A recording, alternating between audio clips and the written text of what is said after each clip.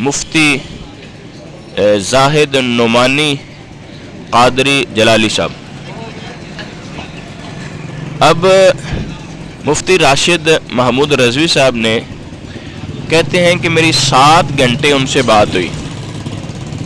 7 گھنٹے بات ہونے کے بعد ہم کسی ایک نتیجہ پر نہیں پہنچے.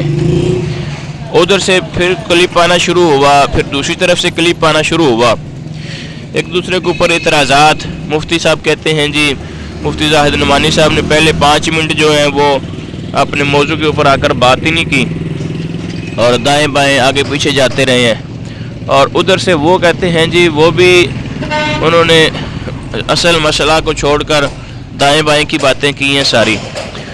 تو وہ بات پھر وہی جہاں پہ شروع ہوئی تھی پھر وہاں پہ آ گئے.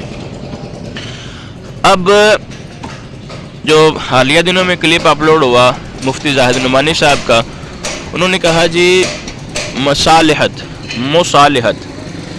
کہ یہ کام شروع یہ ہم خوش آمدید کہتے ہیں مفتی راشد محمود رضوی صاحب کی طرف سے مصالحت. تو اس کے اندر پھر انہوں نے کلپ کے اندر تقریباً یہ 6-6.5 منٹ کا ہے, اس کے اندر کہا ہے کہ پہل جو ہے وہ ہماری طرف سے نہیں ہوئی تھی, شروعات ہماری طرف سے نہیں ہوئی تھی, شروعات مفتی راشد محمود رضوی صاحب کی طرف سے ہوئی تھی. اس طرح کی انہوں نے باتیں کی ہیں کچھ. تو اس کے اوپر پھر مفتی صاحب کا رات گئے کلپ آیا. مفتی صاحب نے کہا جی شروعات میری طرف سے نہیں ہوئی, شروعات آپ کی طرف سے ہوئی ہیں. انہوں نے وہاں پہ ان کے ایک چیز بتلائی اور کہا کہ ڈاکٹر اشرف آصف جلالی صاحب کے بانجے ہیں یا بھتیجے ہیں طلحہ احسن جلالی, وہ میرے پاس آئے کسی کانفرنس کی دعوت کے لیے. تو میں نے ان سے یہ انفرادی طور پہ ساری چیزیں رکھیں, ڈاکٹر علامہ محمد اقبال صاحب کے حوالے سے اور پیر کرم الازری ان کے حوالے سے, اور دیگر 1-2 چیزیں انہوں نے بتلائیں. تو یہ وہاں پہ جا کر ہم ڈسکس کیا, یعنی کہ انہوں نے کہا کہ شروعات ان کی طرف سے ہوئی ہے, میری طرف سے نہیں ہوئی. اب انہوں نے کہا کہ اگر آپ چاہتے ہیں کہ مصالحت کے ساتھ ہم ایک دفعہ بیٹھ جائیں اور اس کے بعد جو مسئلہ بھی ہو اس کو ہم پبلکلی نہ لائیں, لوگوں تک نہ لائیں. تو اس کے اوپر مفتی راشد صاحب نے کہا جی میں بھی یہی چاہتا ہوں, کیونکہ ہاں ہماری دوریاں باقی لوگوں کے ساتھ تو بہت زیادہ ہیں.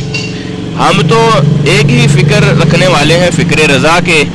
ڈاکٹر اشرف آصف جلالی صاحب بھی فکر رضا کے حامل ہیں اور میں بھی فکر رضا کا حامل ہوں.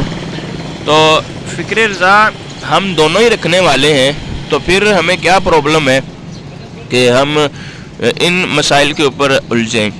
تو اس کے اوپر انہوں نے ایک چیز واضح کی ہے, اور انہوں نے کہا ہے ڈاکٹر زاہد نعمانی صاحب نے کہ علامہ اقبال کے حوالے سے جو بات ہے اس کے اوپر ہم چپ نہیں رہیں گے, کیونکہ اس کے حوالے سے میرے اوپر خود جو ہے نا وہ اٹیک ہوئے ہیں. انہوں نے کچھ تھمبنیل وغیرہ دکھائے ہیں کہ میرے اوپر خود اٹیک ہوئے ہیں.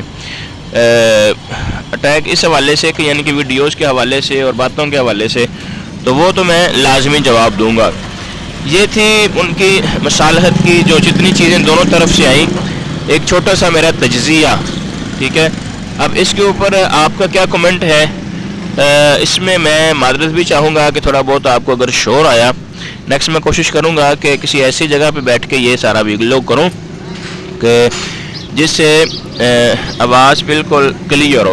ٹھیک ہے, آپ کی محبتوں کا بہت شکریہ کہ آپ نے اتنا ٹائم دیا اور اس ناچیز کی باتوں کو سنا, اور سارے پروگرام میں ساری بات کے رزلٹ پہ میرا دل یہ ہے, میری خواہش یہ ہے کہ کاش پھر مل بیٹھیں, اتفاق ہو جائے, اتحاد ہو جائے.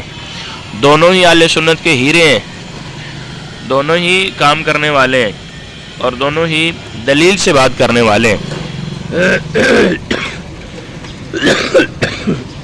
آپ کس کے بارے میں کیا رائے ہے تو وہ ضرور بتائیے گا. میں قبل ہی آپ سے معذرت چاہتا ہوں اگر کوئی جملہ برا لگا ہو تو. السلام علیکم ورحمۃ اللہ وبرکاتہ.